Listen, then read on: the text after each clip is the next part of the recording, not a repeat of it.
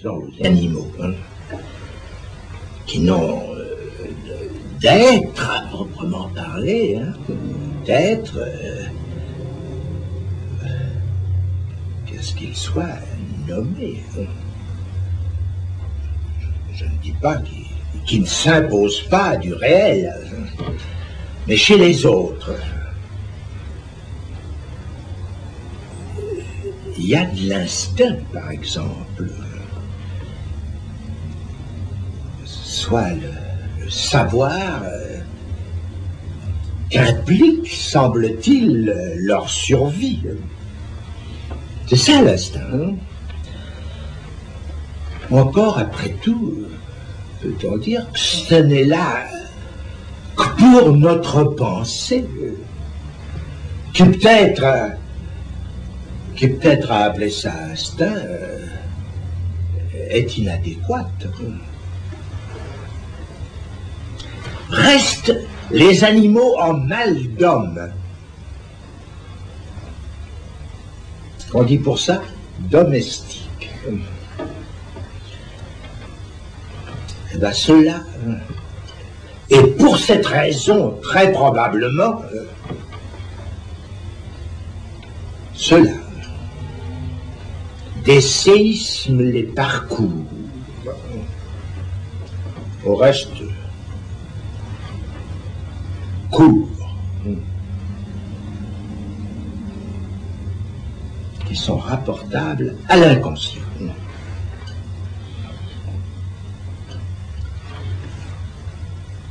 Approchons. L'inconscient, ça parle. Ce qu'il fait dépendre du langage. Je vous interromps. Vous dites que l'animal, parce qu'il ne parle pas, n'a pas d'inconscient. Descartes lui disait que l'animal n'avait pas d'âme. Ça tendrait à prouver que l'inconscient, ça n'est qu'une hypothèse, une supposition. L'âme,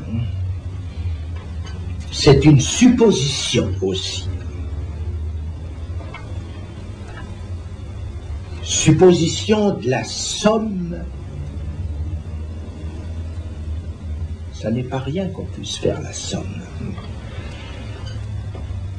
Qu'on le suppose, en tout cas. De la somme des fonctions du corps. En quoi c'est une supposition bien plus problématique que celle de l'inconscient. Néanmoins, supposons-la. Parce qu'après tout, c'est raisonnable de la supposer. Ça, c'est toujours supposé de la même voie. Aristote, au nommé von Uxküll. Rottnus non sûr, vous n'en avez jamais entendu parler. Et puis que c'est encore ce que suppose, qu'ils veuillent ou pas, les biologistes, les physiologistes.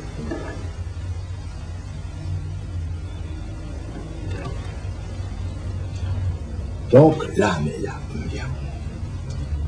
Alors, je dis que le sujet de l'inconscient ne touche à l'âme que par le corps. Et ce qui est plus raide, d'y introduire, je dis par le corps, la pensée. En quoi cette fois, je contredis Aristote. L'homme ne pense pas avec son âme, comme il l'imagine, le philosophe, hein, comme il l'imagine. Il n'y a qu'à le lire pour s'en apercevoir. L'homme pense de ce qu'une structure découpe son corps et en rondelles qui n'ont rien à faire avec l'anatomie.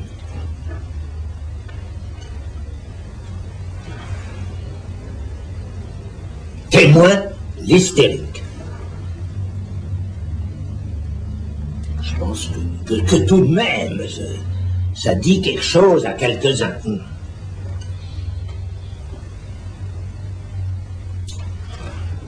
Cette cisaille, certes, vient aussi à l'âme.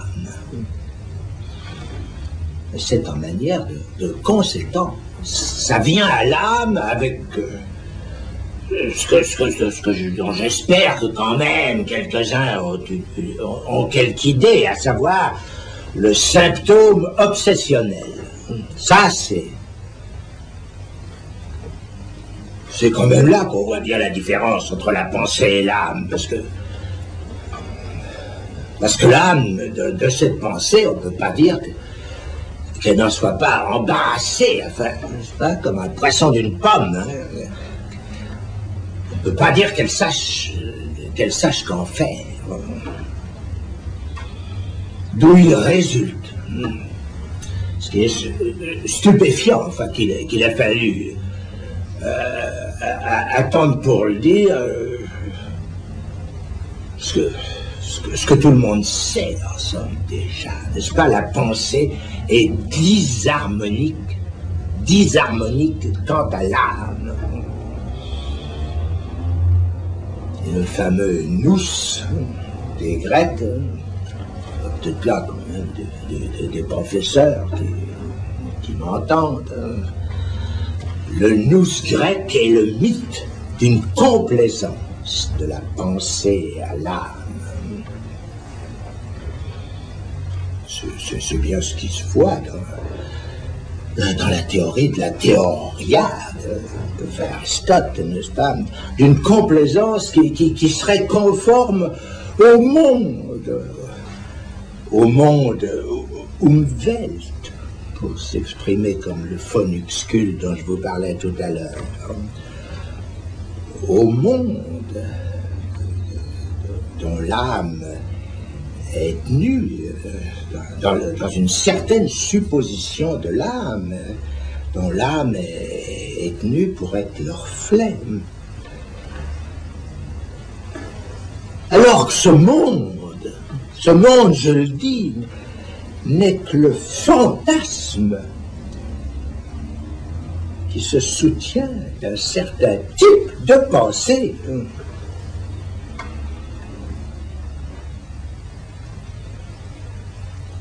Bien sûr que c'est une réalité.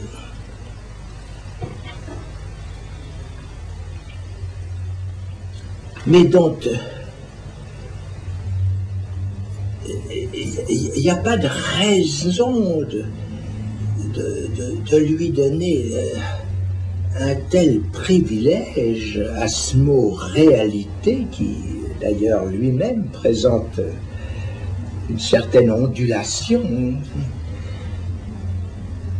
un tel privilège que nous ne puissions pas le considérer comme une grimace du réel.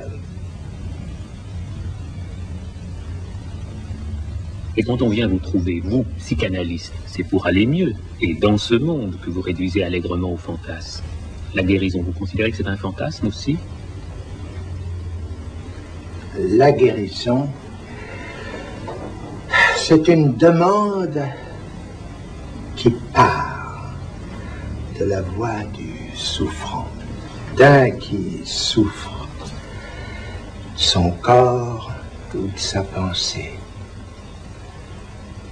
L'étonnant est qu'il y ait réponse. Et que cette réponse de tout temps dans la médecine ancienne tout au moins, qui de tout temps dans la médecine est fait mouche par des mots.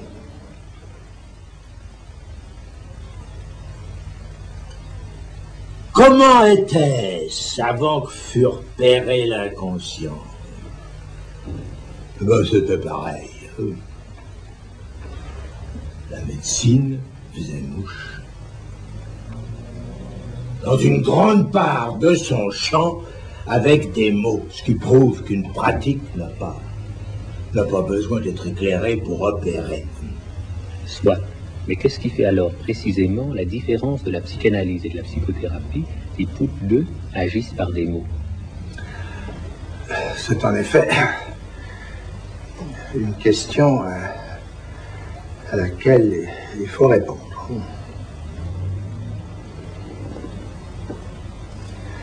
Il faut partir du fait de l'inconscient.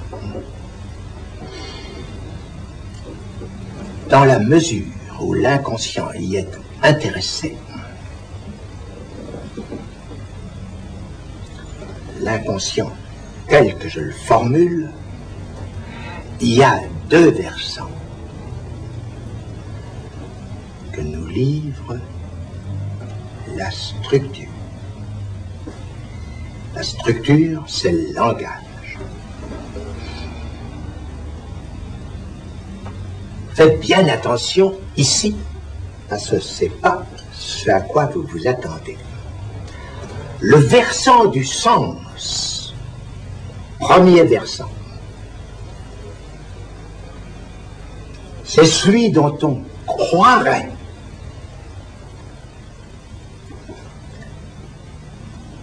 que c'est le versant de l'analyse.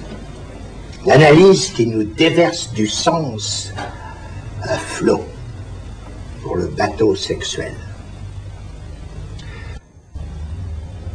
Oui, il y a un ennui. C'est que ce qui frappe, c'est, et Dieu sait si Freud y a insisté, c'est que ce sens réduise au non-sens.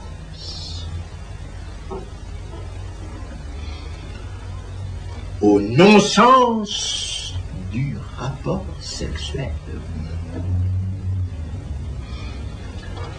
lequel est épatant et toujours dans rien d'autre que les dits de l'amour. Tout ce qui se dit là, on ne sait jamais si c'est pas du déconnage. C'en est épatant au point d'en être hurlant. C'est ce qui donne une haute idée de l'humaine pensée.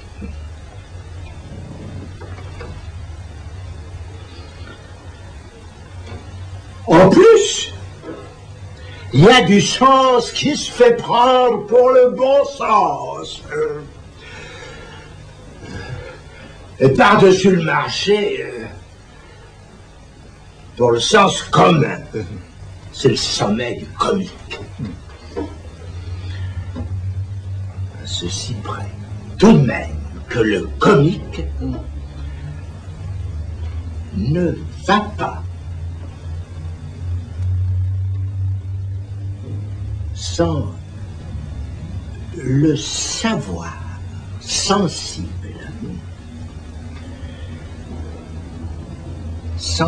dans ce qu'il énonce, le savoir du non-rapport qui est dans le coup du sexe.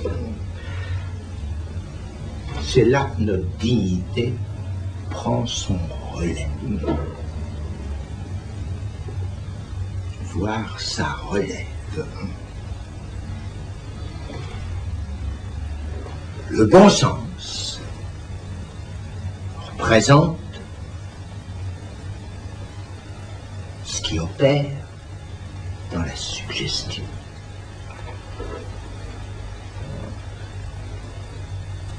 La comédie représente le rire. Est-ce à dire qu'il suffise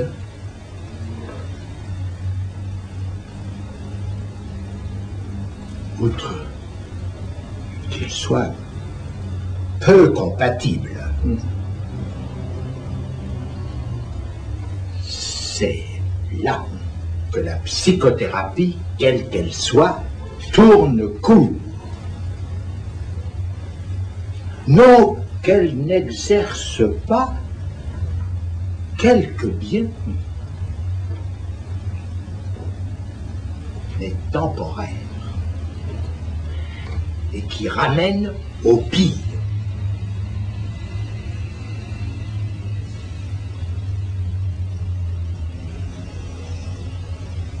L'inconscient. Soit quoi? L'insistance dont se manifeste le désir.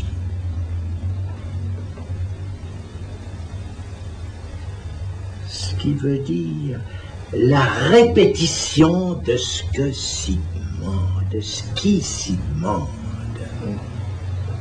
L'inconscient nous rappelle qu'au versant du sens, je conclus, l'étude du langage oppose le versant du signe. Comment? Mais le symptôme, ce qu'on appelle tel dans l'analyse, n'a-t-il pas là tracé la voie?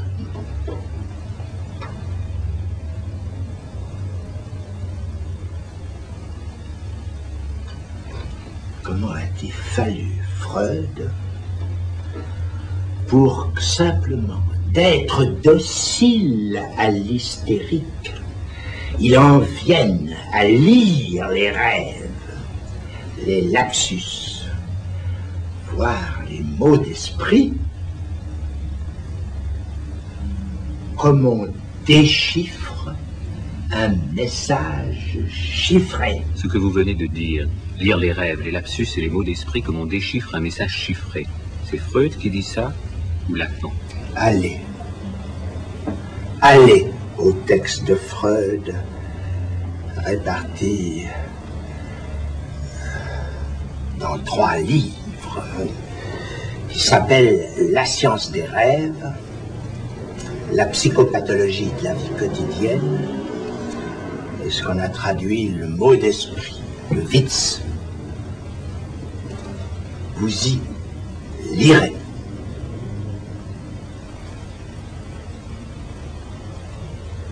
Qu'il ne s'agit de rien d'autre que d'un déchiffrage de dimensions signifiantes pures. À savoir qu'on commence toujours, parce que par le fait d'un de ces phénomènes, je parle des rêves, des lapsus, des mots d'esprit, naïvement articulés. Articuler, ça veut simplement dire verbaliser. Naïvement, verbaliser selon la logique vulgaire, l'emploi de la langue reçue.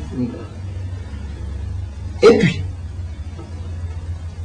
puis après, c'est à progresser dans un tissu d'équivoques, de métaphores, de métonymie, que Freud évoque une substance, un mythe fluidique qu'il intitule la libido.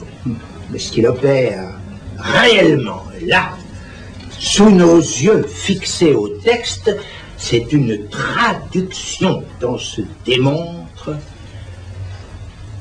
que la jouissance que Freud suppose au terme de processus primaire, c'est dans les défilés logiques où il nous mène avec tant d'art qu'elle consiste.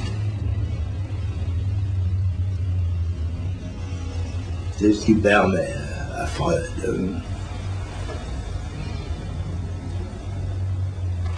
en partant de « je ne l'aime pas »,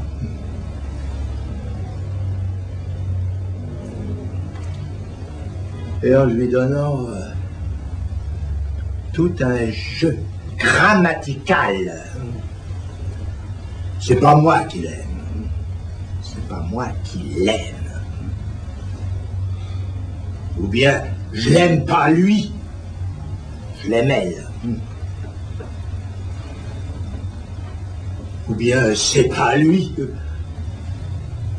qui m'aime, ou bien c'est elle qui m'aime. Ajoutez l'inversion d'aimer en haïr. Ben c'est par là que passe Freud. Pour toute une répercussion qui va très loin dans la série que je viens de nommer, névrose, perversion ou psychose. Pour répéter, dimension signifiante, défilé logique, jeu grammatical, n'est-ce pas enfin éliminer de la découverte de Freud la sexualité, tout simplement? Ce que Freud découvre dans l'inconscient, je n'ai tout à l'heure pu qu'inviter à ce qu'on aille le voir dans ses écrits, si je dis juste. C'est bien autre chose que de s'apercevoir qu'en gros, on peut donner un sens sexuel à tout ce qu'on sait, parce que ça s'est fait depuis toujours. C'est même là-dessus que le mot connaître prête à la métaphore bien connue. Et c'est ce que Jung a cru que Freud annonçait. C'est une erreur. C'est le réel qui permet de dénouer effectivement ce dont le symptôme consiste, à savoir un nœud de signifiant. Noué et dénoué n'étant pas ici des métaphores, mais bien à prendre comme ces nœuds qui se construisent réellement à faire chaîne de la matière signifiante. Car ces chaînes n'ont pas de sens, mais du jouissance à écrire comme vous voulez, conformément à l'équivoque qui fait la loi du signifiant. Je pense avoir donné une autre portée que ce qui traîne de confusion courante au recours qualifié qu'est la psychanalyse.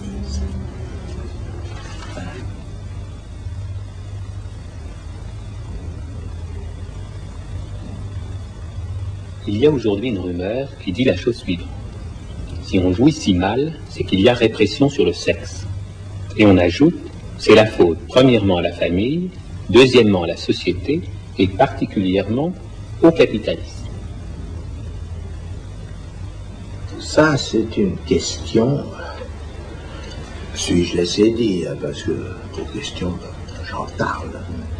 Une question qui pourrait s'entendre de votre désir de savoir comment y répondre vous-même à l'occasion.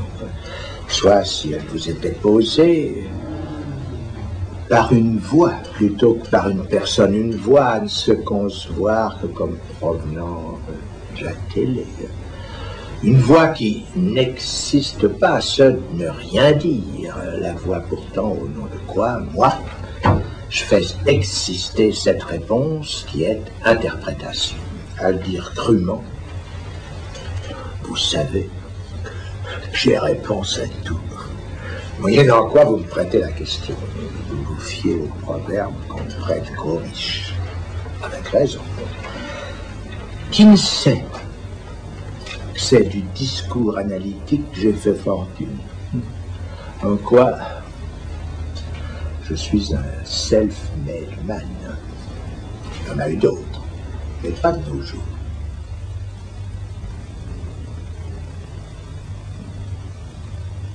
Écoutez, s'il y a refoulement, c'est qu'il y a répression. Bon, Freud n'a jamais dit ça. Il n'a jamais dit que le refoulement provenait de la répression. La censure, c'est pas du tout ça, c'est autre chose. Il n'a pas dit que, prenons ça pour faire image, n'est-ce pas, que la castration ce soit dû à papa qui qui brandissent à son moutard, qui se tripotent un peu, n'est-ce pas? On te la coupera, sûr, hein, si tu remets ça. C'est pourtant naturel que ça lui soit venu à la pensée, à Freud. Mais il n'a fait qu'en partir pour l'expérience à entendre de ce qu'il a défini dans le discours analytique. Je dirais même qu'à mesure qu'il y avançait, il penchait plus vers l'idée que le refoulement était premier.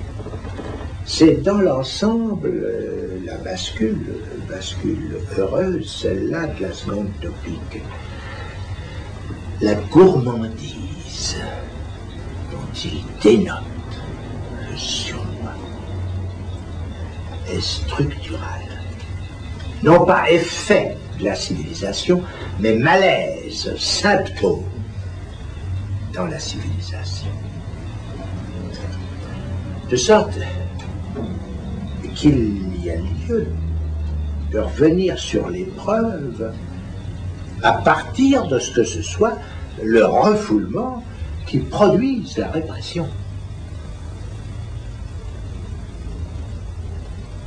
Si je comprends bien ce que vous dites, ça veut dire que la famille et la société elle-même sont pour vous des effets du refoulement? Oui, oui. Pourquoi est-ce qu'elle ne serait pas, la famille et la société, des effets acidifiés du refoulement? Pourquoi pas? La société et la famille, chez l'aide parlant, ça me paraît pas du tout frappant que ça ressemble aux autres sociétés, d'autres animaux. Ça se pourrait bien. Ça se pourrait bien de ceci qui fait sont spécifiques à cette aide parlant que l'inconscient existe. Ce motif de la structure, soit du langage. Freud élimine si peu cette solution que, après tout, c'est pour en trancher qu'il s'acharne sur le cas de l'homme au loup. Qui ça ne réussit pas mieux pour ça.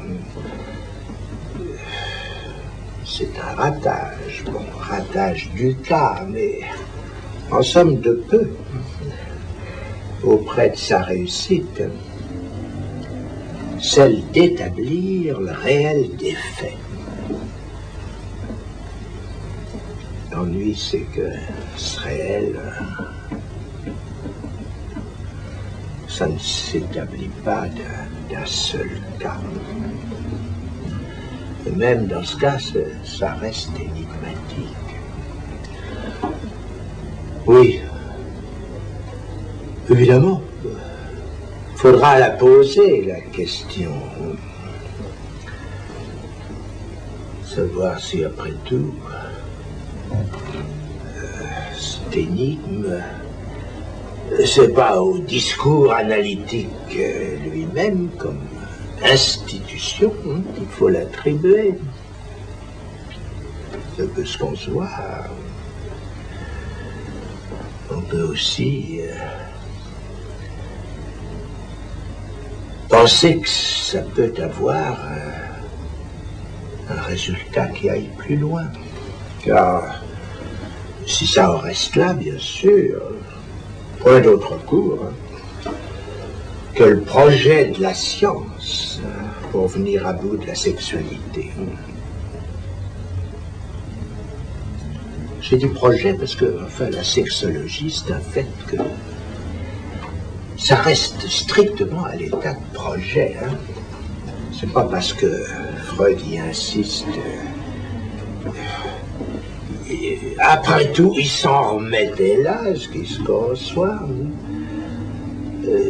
C'était tout de même une confiance des plus gratuites, même pour lui, ce qui en dit beaucoup sur son éthique.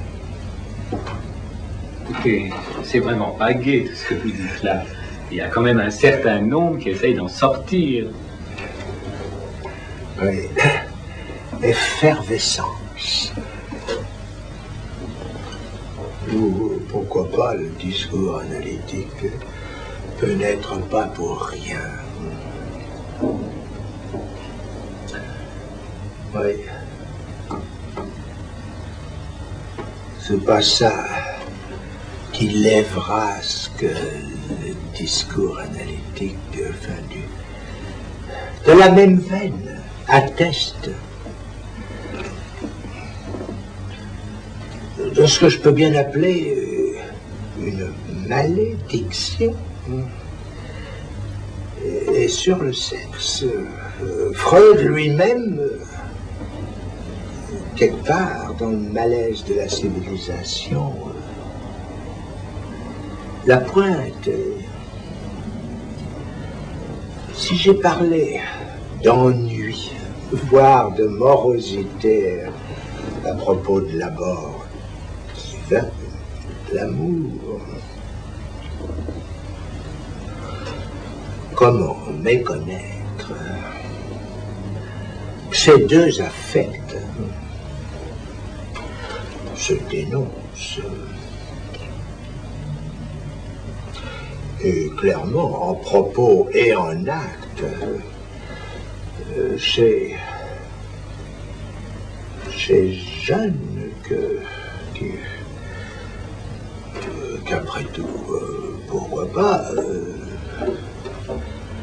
je vois pas d'inconvénient qui se vouent à des rapports sans répression. Je trouve même que c'est fort, hein, que les analystes dont on somme, ils se motivent, leur reposent bouche pincée. Oui, pour répondre à ce que vous dites de la famille, même si les souvenirs de la répression familiale n'étaient pas vrais, il faudrait les inventer. On n'y manque pas. C'est même ça le mythe, la tentative de donner forme épique à ce qui s'opère de la structure.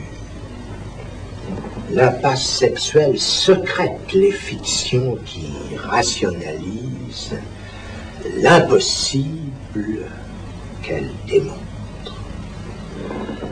Je ne les dis pas imaginer les fictions dont il s'agit. J'y lis comme Freud, je le souligne, l'invitation à trouver le réel qui en répond. L'ordre familial, en somme, ne fait que traduire, quoi que le père n'est pas le géniteur.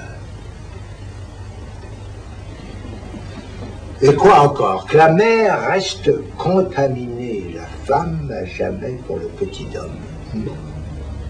Le reste s'ensuit. C'est pas du tout que j'apprécie le goût de l'ordre, hein, qui y a chez ce petit. J'en entends des échos personnellement, ça m'ira. Personnellement, j'ai horreur de l'anarchie. Voilà ce qui jacte.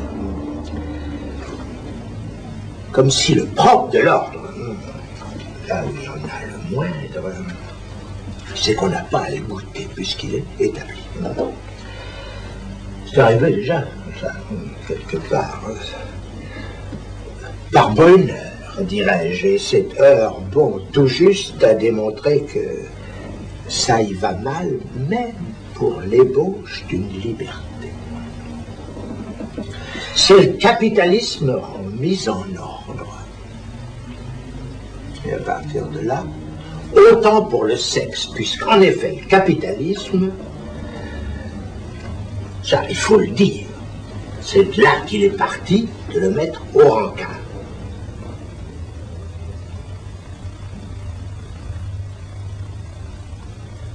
Je me demande d'où vous vient l'assurance de prophétiser, comme vous l'avez fait naguère, que le racisme a bien de l'avenir. Pourquoi diable dites-vous ça? Oui.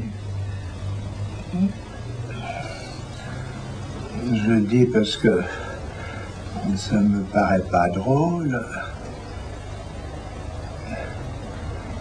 Et pourtant, j'en ai pas fait un grand état. J'ai terminé une année un séminaire là-dessus.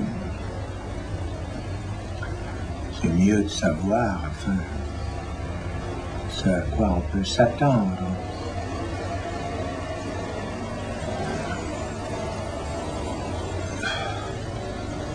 C'était comme ça, en guise d'adieu, que je l'ai dit à la fin d'un de mes séminaires, histoire que les gens soient avertis.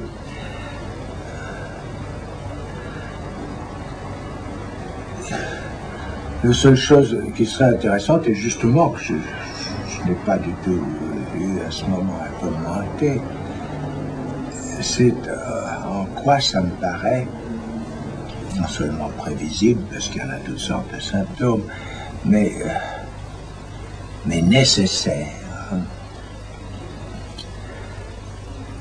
C'est nécessaire du fait de ce que j'appelle, ou ce que j'essaie de faire sentir, de l'égarement de notre jouissance.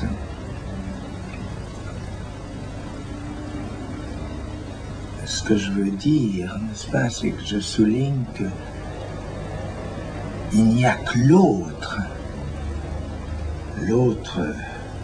absolu, n'est-ce pas, l'autre radical qui la situe, cette jouissance.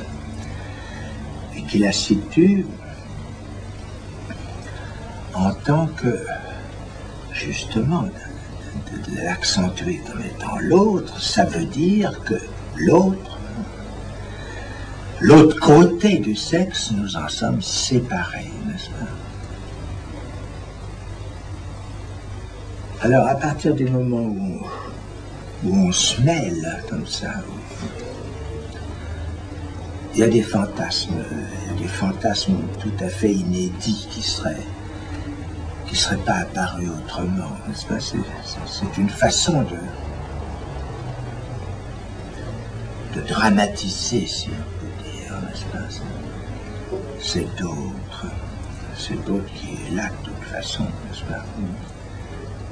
S'il n'y a pas de rapport sexuel, ben c'est que l'autre est d'une autre race, n'est-ce pas? Alors, si cet autre, on le laissait à son mode de jouissance, ben, la chose est déjà décidée, n'est-ce pas? On ne pourrait le faire que si depuis longtemps on ne l'avait pas imposé le nôtre. On pourrait le faire si les choses n'en étaient pas au point qu'il n'y a plus qu'à le tenir pour un sous-développé. Ce qu'on ne manque pas naturellement. Il s'ajoute à tout ça la précarité de notre mode à nous de jouissance. C'est ce que j'ai accentué, n'est-ce pas, de la position que j'appelle, que je désigne de celle du plus de jouir. Ce plus de jouir, enfin, qui même s'énonce couramment, enfin, la plus-value, c'est ça.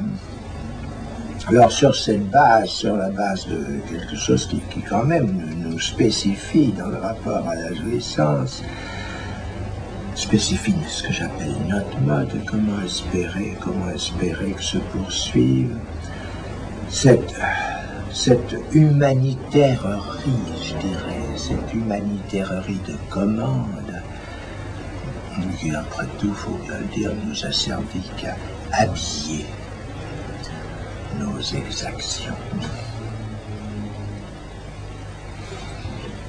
Voilà. Si même Dieu à reprendre de tout ça de la force, s'il finissait par exister, parce que moi tout c'est pas impensable. C'est pas impensable, mais ça ne présagerait rien de meilleur qu'un retour de son passé.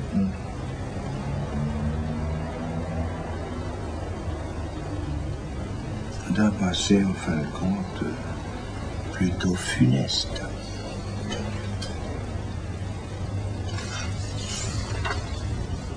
Voilà. Alors, qu'est-ce que vous voulez?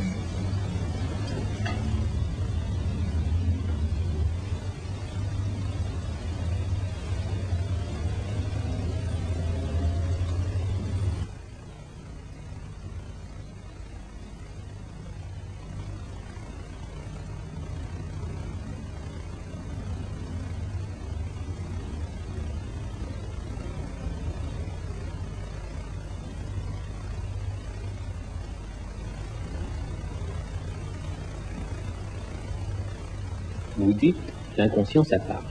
Ça implique, si je vous comprends bien, qu'on l'écoute.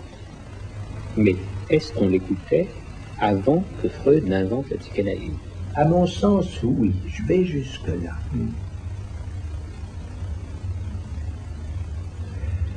Mais il n'implique sûrement pas, sans le discours dont il existe, sans la pratique analytique pour la nommer, il n'implique pas qu'on l'évalue, comme fait Freud quelque part. Fin du chapitre sur le travail du rêve, dans la Traumdeutung, qu'on l'évalue comme savoir, qui ne pense pas, ni ne calcule, ni ne juge. Je le cite. Ce qui ne l'empêche pas de travailler dans le rêve. Et comment? Ça ne vous inspire rien? C'est le travailleur idéal. Celui dont Marx a fait nommément la fleur de l'économie capitaliste dans l'espoir de lui voir prendre le relais du discours du maître. Eh bien, c'est ce qui est arrivé. Bien que sous une forme, il faut bien le dire, inattendue. Il y a des surprises comme ça dans ces affaires de discours. C'est même là la surprise, le fait caractéristique de l'inconscient, comme un analyste l'a bien vu.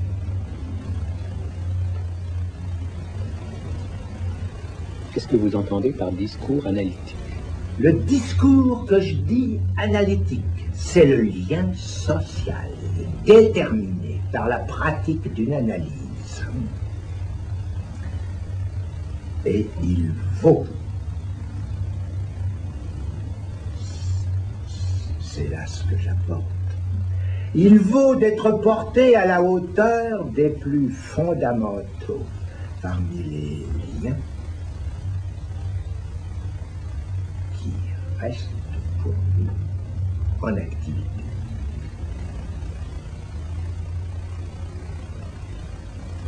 Vous-même, vous êtes en dehors de ce qui fait le lien social entre les analystes, puisque la Société internationale de psychanalyse vous a excommunié. Les analystes de la société qui se qualifient d'internationale, c'est un peu fictif. L'affaire s'étant longtemps réduite à être familiale. Moi, je l'ai connue encore aux mains de la descendance directe et adoptive de Freud. Mais laissons. Il y a d'autres choses à dire. Si j'osais, je préviens, qui dit, je suis juge et parti, donc partisan. Si j'osais, je dirais que c'est actuellement une société d'assistance mutuelle contre le discours analytique. La Samdika, comme ça que ça peut se dire, sacré Samdika. C'est à cause d'elle que je ne parlerai jamais sous le titre des noms du être. Mais c'est une affaire personnelle.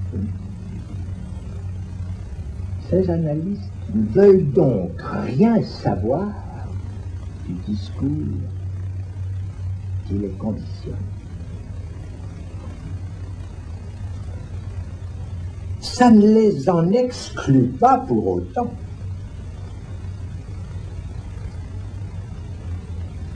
Puisqu'ils fonctionnent comme analystes.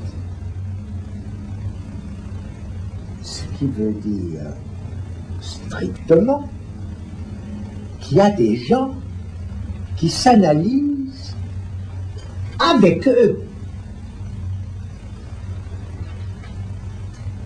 À ce discours, donc, ils satisfont, même si certains des effets de ce discours sont par eux méconnus. Dans l'ensemble, la prudence ne leur manque pas.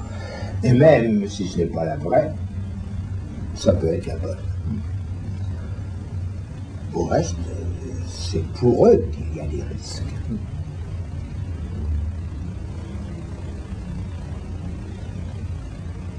C'est très intéressant ces histoires d'analystes. Mais les psychologues, les psychothérapeutes, les psychiatres, eux, c'est à la base, à la dure, qu'ils se coltinent toute la misère du monde. Et l'analyste pendant ce temps.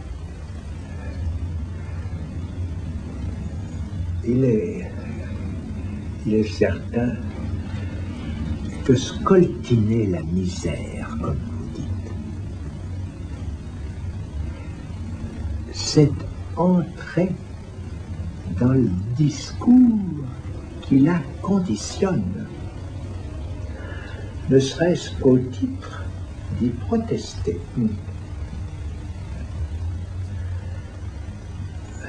Rien que dire ceci me donne position. Certains situeront de réprouver la politique. J'affirme que c'est ce que, quant à moi, je tiens pour quiconque exclu.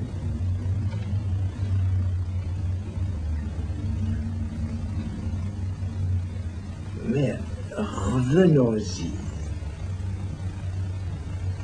dans le fait.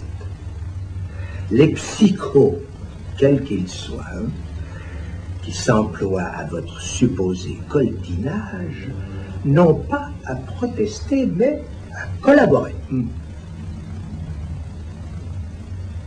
Qu'ils le sachent ou pas, c'est ce qu'ils font.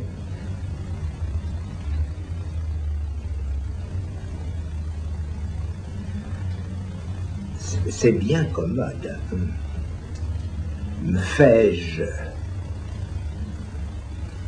à moi-même rétorsion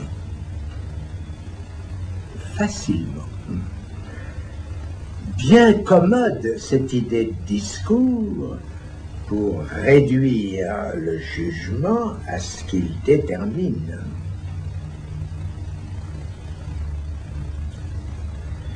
Ce qui me frappe, c'est qu'on ne trouve pas mieux que moi à m'en rétorquer. J'ai dit que c'était facile. On dit intellectualisme concernant ce que j'avance. Ça ne fait pas le poids. Quand il s'agit de savoir qui a raison.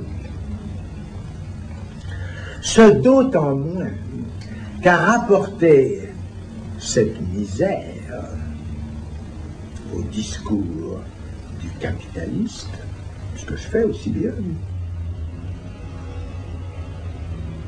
Comment donc situer l'analyste à votre guise, qui ne collabore pas, mais ne proteste pas non plus? On ne saurait mieux le situer, objectivement, cet analyste, que ce qui dans le passé s'est appelé être un saint.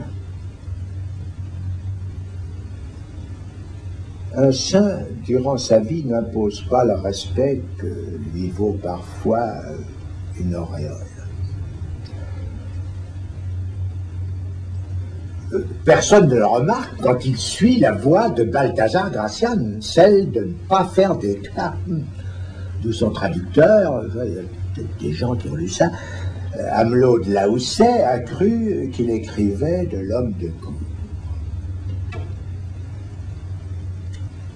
Un saint, pour me faire comprendre, ne fait pas la charité.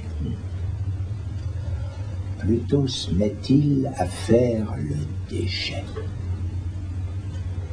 Il décharite, quoi. Ce pour réaliser ce que la structure impose, à savoir permettre au sujet de l'inconscient, le prendre pour cause de son désir.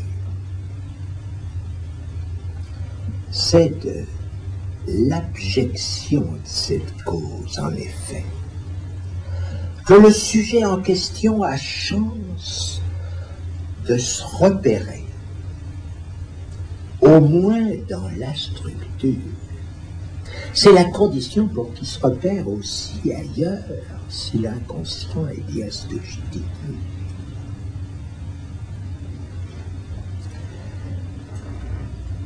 Et supporter cette abjection pour le saint, c'est pas drôle. Hein? Mais j'imagine que pour quelques oreilles, au moins à cette télé, ça recoupe bien des étrangetés, ce que j'appellerais les faits de saint. Les faits de saint, ça est effet de jouissance qui n'en a le sens avec le jouit. Il n'y a que le saint qui reste sec, ma cache pour lui. C'est même ce qui épate le plus dans l'affaire. Épate ceux qui s'en approchent et ne s'y trompent pas. Le saint est le rebut de la jouissance. Parfois,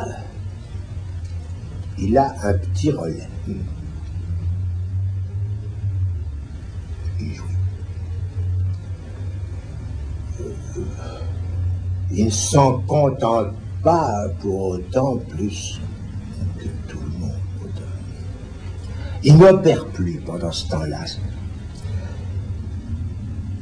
Il n'y a que les petits malins qu'ils guettent alors pour en tirer des conséquences à se regonfler eux-mêmes. Mais le saint s'en fout. Autant que de ceux qui, dans ce relais, voient sa récompense, ce qui est à se tordre. Puisque de se foutre de la justice distributive, c'est de là que le plus souvent il est parti. À la vérité, le saint ne se croit pas de mérite, ce qui ne veut pas dire qu'il n'ait pas de morale. Le seul ennui pour les autres, c'est qu'on ne voit pas où ça le conduit. Moi, je cogite. Je cogite éperdument pour qu'il y en ait de nouveaux comme ça. C'est sans doute de ne pas moi-même y atteindre. Plus on est de saints, plus on rit. C'est mon principe. Ça pourrait être la sortie du discours capitaliste. Mais ça ne constituera pas un progrès si ça ne se passe que pour certains.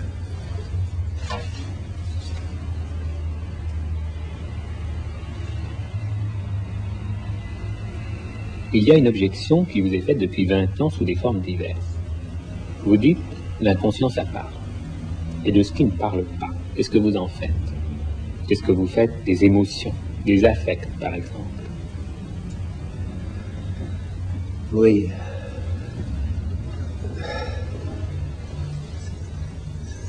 Dans cette question, vous imitez, enfin, vous reprenez les gestes avec lesquels on fait un air de patrimoine dans la Sancta. Parce que, vous le savez, enfin, au moins à Paris, dans la Sancta, les éléments dont on se sustente proviennent tout de même de mon enseignement. Ils filtrent de partout. C'est un vent qui fait bise quand ça souffle trop fort. Alors, on revient aux vieux gestes, à ceux qui réchauffent. On se pelotonne en congrès. Qu'on me réponde seulement sur ce point. Un affect, ça regarde-t-il le corps? Une décharge d'adrénaline du corps ou pas? Que ça en dérange les fonctions, c'est vrai. Mais en quoi ça vient-il de l'âme? C'est de la pensée que ça décharge. Alors, ce qui est à peser, c'est si mon idée que l'inconscient est structuré comme un langage permet de vérifier plus sérieusement l'affect que celle qui s'exprime de ce que, en somme, ce soit un remue-ménage dont se produit un meilleur arrangement, car c'est ça qu'on m'oppose. Je n'ai, pour moi, fait que restituer ce que Freud énonce dans un article de 1915 sur le refoulement, et dans d'autres qui y reviennent. C'est que l'affect est déplacé. Comment se jugerait ce déplacement si ce n'est par le sujet que suppose qu'il ne vienne là pas mieux d'ailleurs dans Freud que de la représentation. C'est pas le meilleur de ce qu'il aurait pu dire. Mais ça, je l'explique de sa bande, comme pour lui l'épingler, puisqu'aussi bien, je dois reconnaître que j'ai affaire à toujours la même. Seulement, ai-je démontré par un recours à sa correspondance avec Fliess de l'édition, la seule qu'on ait, cette correspondance expurgée, que la dite représentation spécialement refoulée, ce n'est rien de moins que la structure, et précisément en tant que liée au postulat du signifiant. Vous reportez pour cela à la lettre 52. Ce postulat est dans le texte écrit. L'affect, comme je le considère, c'est une interférence de l'inconscient en tant que lui-même et ce nœud de savoir que j'avance quand je dis l'inconscient est structuré comme un langage. C'est différent de se prosterner devant une palpitation de l'âme. Ce n'est pas pareil. Reconsidérer l'affect à partir de mes dires reconduit en tout cas à ce qui s'en est dit dessus. La simple résection des passions de l'âme, comme c'est le terme de saint Thomas, plus juste que ce mot vague, bien médical. La résection depuis Platon de ces passions selon le corps tête, cœur, voire comme il dit, pour ce qui est plus bas, et curieusement d'ailleurs, épithumia, ce qui semble impliquer surcœur. Cette réception ne témoigne-t-elle pas déjà de ce qu'il faille pour leur abord en passer par le corps, lequel, je dis, est affecté par la structure? La tristesse, par exemple, on la qualifie de dépression, à lui donner l'âme pour support. La tension psychologique, par exemple, du philosophe Pierre Janet. Mais ça n'est pas un état d'âme. C'est simplement une faute morale, comme s'exprime Dante, voire Spinoza, un péché. Ce qui veut dire une lâcheté morale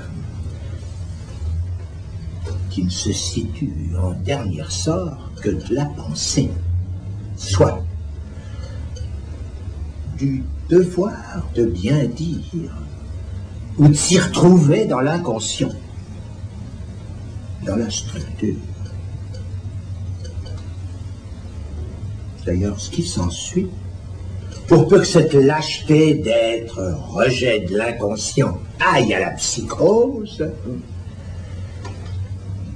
c'est ce que je définis, du retour dans le réel de ce qui est rejeté, du langage dans l'occasion, et c'est l'excitation maniaque par quoi ce retour se fait mortel. À l'opposé de la tristesse, ce qu'il y a, c'est le gai savoir, lequel est, lui, une vertu. Une vertu, d'ailleurs, n'absout personne du péché, originel, comme chacun sait. La vertu que je désigne du gai savoir en est l'exemple de manifester en quoi il consiste, non pas comprendre, piquer dans le sens, mais le raser, d'aussi près qu'il se peut, sans qu'il fasse lu pour cette vertu. Pour cela, jouir du déchiffrage, ce qui implique que le gai savoir n'en fasse au terme de la chute, le retour au péché. Ou en tout ça, ce qui fait bonheur, exactement partout, le sujet est heureux. C'est même sa définition, puisqu'il ne peut rien voir qu'à l'heure, à la fortune, autrement dit, et que toute heure lui est bon pour ce qu'il maintient, soit pour qu'il se répète. L'étonnant n'est pas qu'il soit heureux sans soupçonner ce qui l'y réduit, sa dépendance de la structure. L'étonnant, c'est qu'il prenne idée de la béatitude. C'est pas pareil. Qu'il en prenne idée assez loin pour qu'il s'en sente exilé. Heureusement que là, nous avons le poète pour vendre la mèche. Dante, que je viens de citer, et d'autres. Or, ces roulures qui font cagnotte au classicisme.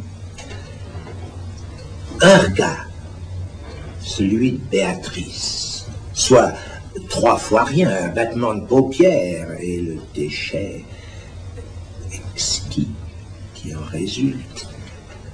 Et voilà surgit l'autre. L'autre que nous devons identifier à sa jouissance, à elle. Celle que lui, Dante, ne peut satisfaire, puisque d'elle, il ne peut avoir que ce regard, que cet objet, mais dont il nous énonce que Dieu la comble c'est même de sa bouche à elle qu'il nous provoque à en recevoir l'assurance. Paradiso. À quoi répond en nous ennui. Mots dont à faire danser les lettres comme au cinématographe jusqu'à ce qu'elles se replacent sur une ligne. J'ai recomposé le terme unien, dont je désigne l'identification de l'autre à l'un. Je dis l'un mystique, dont l'autre comique, dirais-je, parce que on est un, la preuve, enfin la divine comédie. L'autre comique a fait éminence ailleurs, dans le banquet de Platon, Aristophane, pour le nommer, nous donne l'équivalent cru dans la bête à deux dos, dont il impute à Jupiter, qui n'en peut même, la dissection. Ça c'est vilain. J'ai dit que ça ne se fait pas. On ne commet pas le père réel dans de telles inconvenances. Reste que Freud y choite aussi, car ce qu'il impute à l'Éros en tant qu'il l'oppose à Thanatos, comme principe de la vie, c'est d'unir, comme si, à part une brève coitération, on n'avait jamais vu deux corps s'unir en un. Ainsi, l'affect vient-il à un corps dont le propre serait d'habiter le langage. Je me jette ici de plumes qui se vendent mieux que les miennes, Heidegger pour le nommer. L'affect, dis-je, de ne pas trouver de logement, pas de son goût tout au moins. On appelle ça la morosité, la mauvaise humeur aussi. Est-ce un péché, ça? Un grain de folie ou une vraie touche du réel? Je pose la question. Mais vous voyez que l'affect, ils auraient mieux fait, les Samkhtas, pour le moduler, de prendre mon crin-crin. Ça les aurait menés plus loin que le taillé au cornet.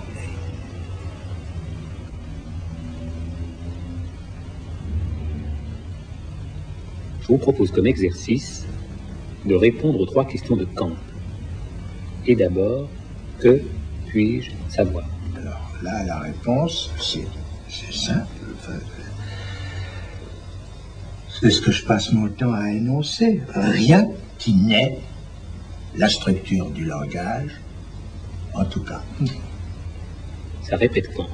Ça ne le répète justement pas, malgré la référence à la logique, ça ne le répète qu'à ceci près, qu'il y a eu la découverte des faits de l'inconscient. Le sujet de l'inconscient, lui, embraye sur le corps. Faut-il que je revienne sur ce qui se situe véritablement que d'un discours, soit ce dont l'artifice fait tout le concret. Mais c'est un concret, il convient. Quoi de là peut se dire du savoir qui existe pour nous dans l'inconscient, mais qu'un discours seul articule? Quoi peut se dire dont le réel nous vienne par ce discours? Ainsi se traduire votre question dans mon contexte. C'est-à-dire qu'elle peut paraître folle. Est-ce que, oui ou non, vous pouvez enseigner ce que le discours analytique vous apprend sur le rapport des sexes? Peut-on dire, par exemple, que si l'homme veut la femme, in latin, qu'a échoué dans le champ de la perversion. C'est pourtant ce qui se formule de l'expérience instituée du discours psychanalytique. Hein? Et si ça se vérifie, est-ce enseignable à tout le monde, c'est-à-dire scientifique, hein? Puisque la science, c'est comme ça, elle s'est frayée la voie de partir de ce postulat. Hein?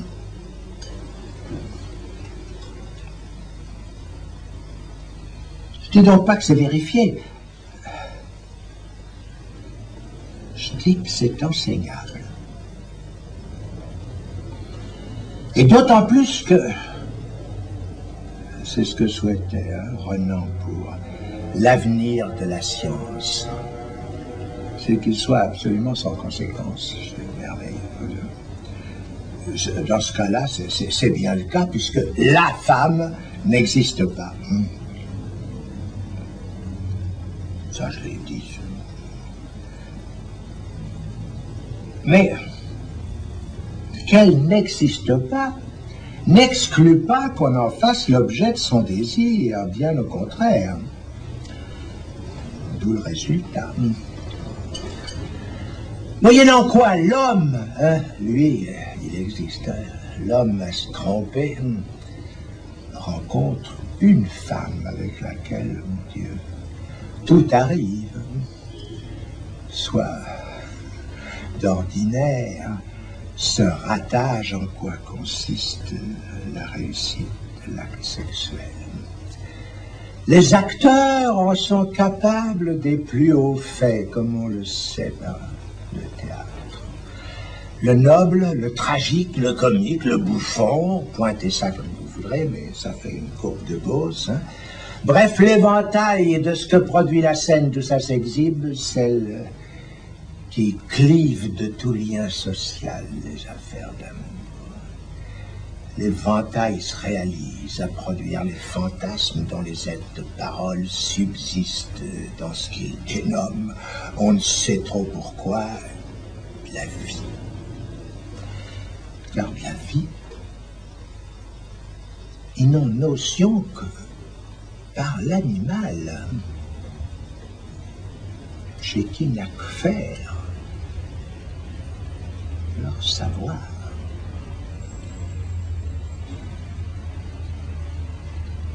La femme n'existe pas. L'homme, lui, existe. On ne peut pas dire que ça rende la vie facile, ni que ce soit simple à comprendre. Oui, je regrette que en effet, ça paraisse un petit peu compliqué, mais j'y peux rien. C'est pas moi qui ai fait ni l'homme ni la femme. Enfin, un autre s'en est chargé, enfin, d'après la légende, n'est-ce pas? Bon. Alors, posons d'abord cet axiome. Non, que l'homme n'existe pas, ça c'est le cas de la femme. Mais qu'une femme ne peut que se l'interdire. Je parle de l'homme. Hein. Et ça, pas de ce que ça soit l'autre, parce que l'autre, ses mœurs, nous n'en savons rien, n'est-ce pas? Mais de ce qu'il n'y a pas de l'autre, il n'y a pas l'autre de l'autre.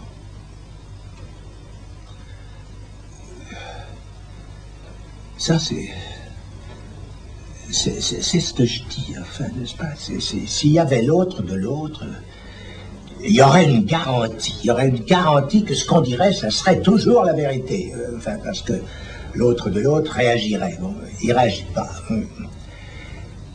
Au niveau de l'autre, ce qu'on dit passe toujours pour la vérité. Mais c'est pas sûr, la langue. Hein. Alors, l'universel de ce qu'elle désire, n'est-ce pas? C'est ça que je veux dire quand je dis qu'elle rencontre l'homme dans la psychose, n'est-ce pas? L'universel de ce qu'elle désire, c'est tout simplement de la folie. Et c'est pour ça que toutes les femmes sont folles, qu'on dit, n'est-ce pas? Mais c'est même pourquoi elles ne sont pas toutes. c'est-à-dire pas folles du tout. Et qu'elles sont plutôt arrangeantes. Elles arrangent, hein, et fortement. C'est même au point qu'il n'y a pas de limite aux concessions que chacune fait pour un homme. Son corps, son âme, ses biens. Simplement, elle en peut mais pour ses fantasmes dont il est moins facile de répondre. Elle se prête plutôt à la perversion que je tiens pour celle de l'homme. Et c'est ce qui l'a conduit à la mascarade qu'on sait, et qui n'est pas du tout le mensonge que des ingrats collés à l'homme lui imputent. C'est l'atout hasard de se préparer pour que le fantasme de l'homme en elle trouve son heure de vérité. C'est pas excessif, hein, puisque la vérité est femme déjà de n'être pas toute à se dire en tout cas.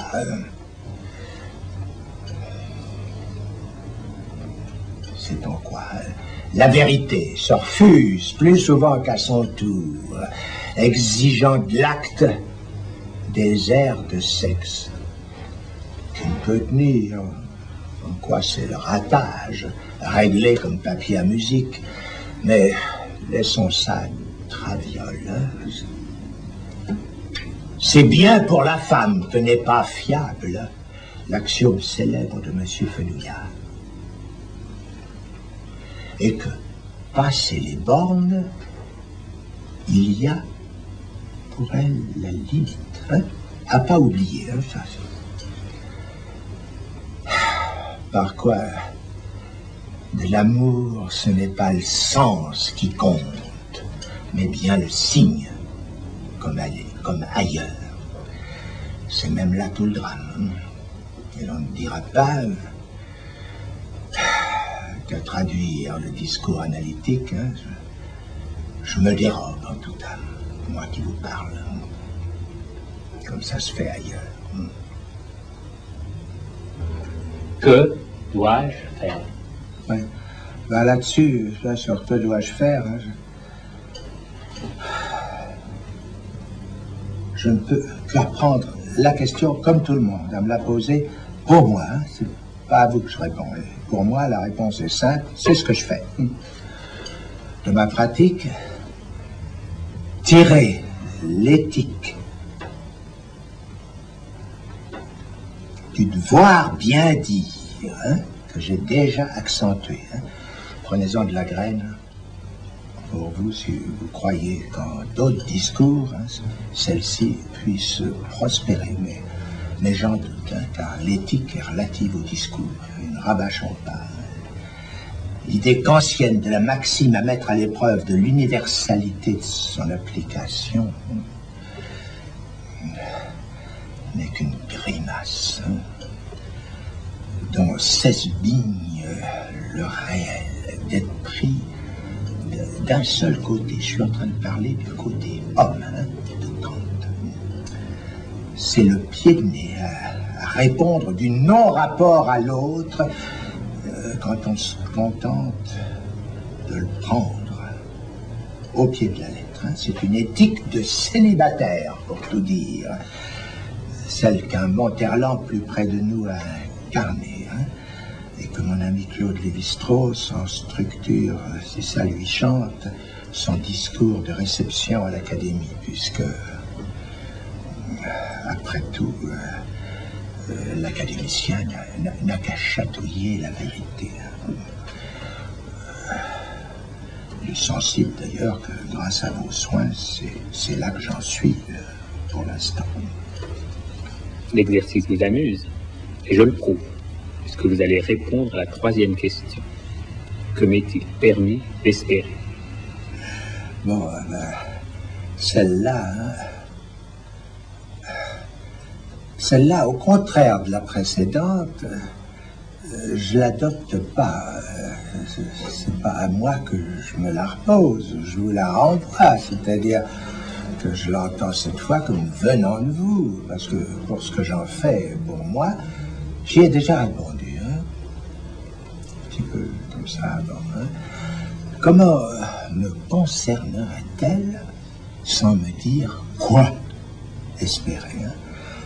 Pensez-vous l'espérance? Ça arrive, comme sans objet. Hein? Vous donc, comme à tout autre à qui je donnerais du vous, d'ailleurs c'est à ce vous que je réponds. Espérez ce qui vous plaira. Hein.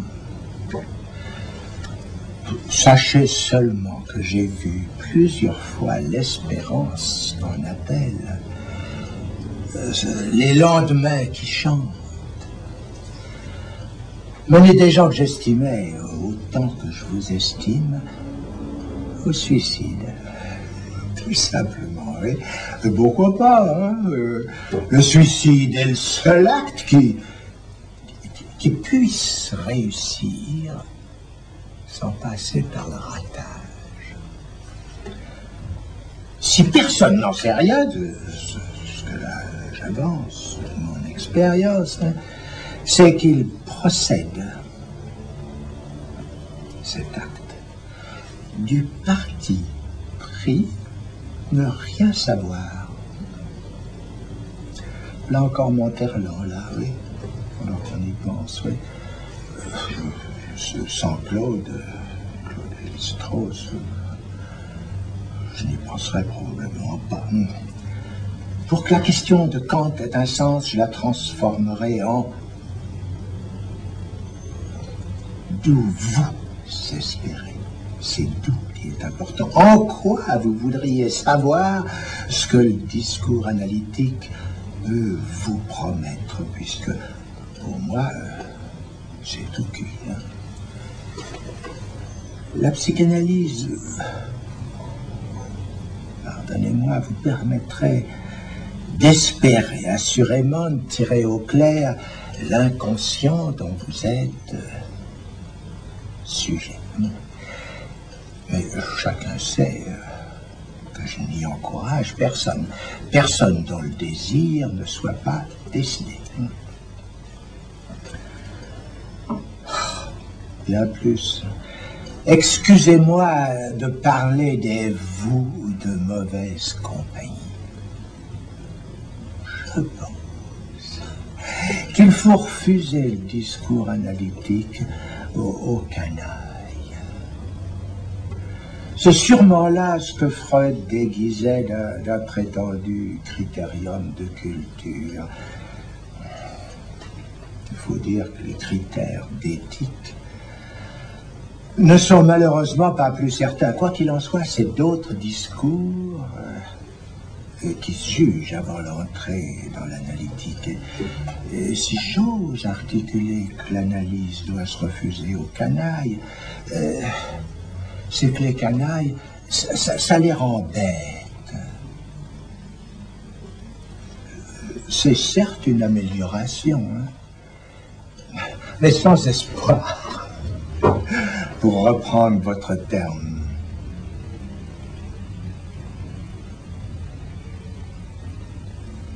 Si académie il y a, titillez donc voir cette vérité de Boileau.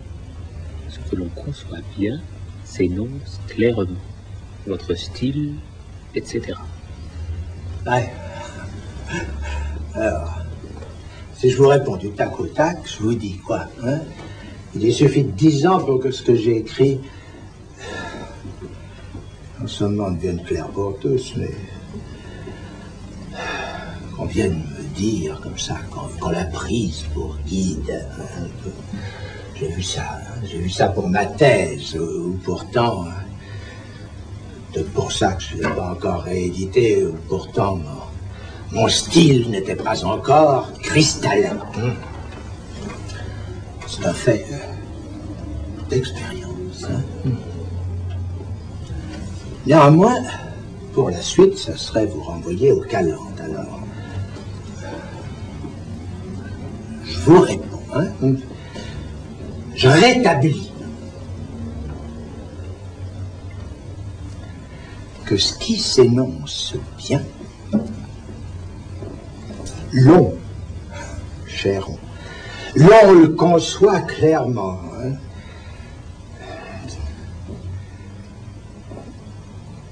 Ce clairement dit assez ce que ça veut dire, que ça fait son chemin dans l'eau. C'en est même désespérant, hein, cette promesse de succès pour la rigueur d'une éthique, hein, de succès de vente, tout au moins. Ça nous ferait sentir le prix de la névrose, par quoi se maintient ce que Freud nous rappelle, que ce n'est pas le mal, hein, mais le bien qui engendre, qui nourrit la culpabilité.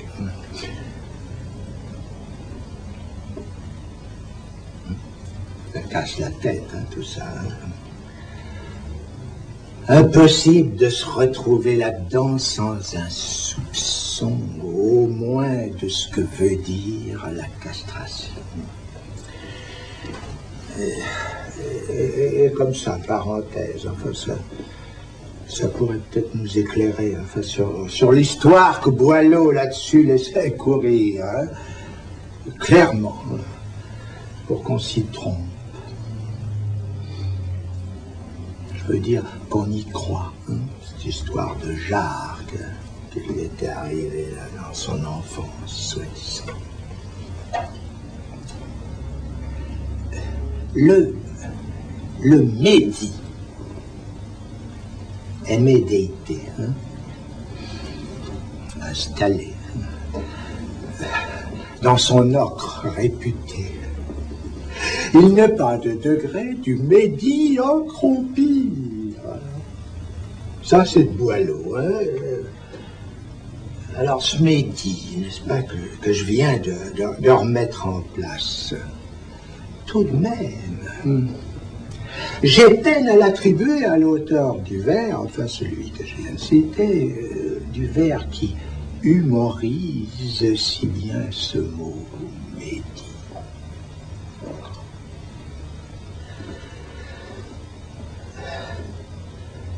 C'est peut-être facile, ma rectification. C'est peut-être même lourdeau, hein. Et si ce qui se révélait là, c'est simplement ce que ça est, sphère, ce que l'on conçoit bien, etc. Un mot d'esprit qui personne ne voit que du feu. Ne savons-nous pas que le mot d'esprit est lapsus calculé? Celui qui gagne à la main la conscience, c'est celui dans Freud, hein, ça sur le mot d'esprit. Qu'est-ce qu'il dit d'autre? L'interprétation doit être preste pour satisfaire à l'entreprès de ce qui perdure de perte pure à ce qui ne parie que du père au pire.